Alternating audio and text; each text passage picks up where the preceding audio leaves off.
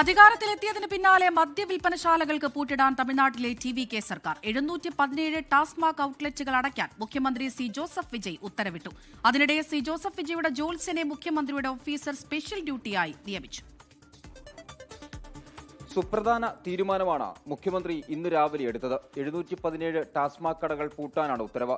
ആരാധനാലയങ്ങൾ, സ്കൂളുകൾ, ബസ് സ്റ്റാൻഡുകൾ എന്നിവയ്ക്ക് സമീപത്തെ വിൽപ്പനശാലകളാണ് അടയ്ക്കുക. 500 മീറ്റർ ദൂരപരിധിയിലുള്ള കടകൾക്കാണ് പൂട്ടി വീഴുക. 2 ആഴ്ചയ്ക്കകം ഉത്തരവ് നടപ്പാക്കാനും നിർദ്ദേശം നൽകി.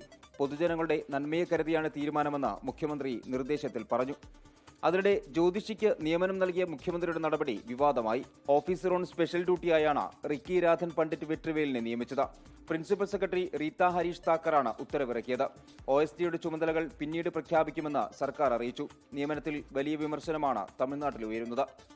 24 ചെന്നൈ.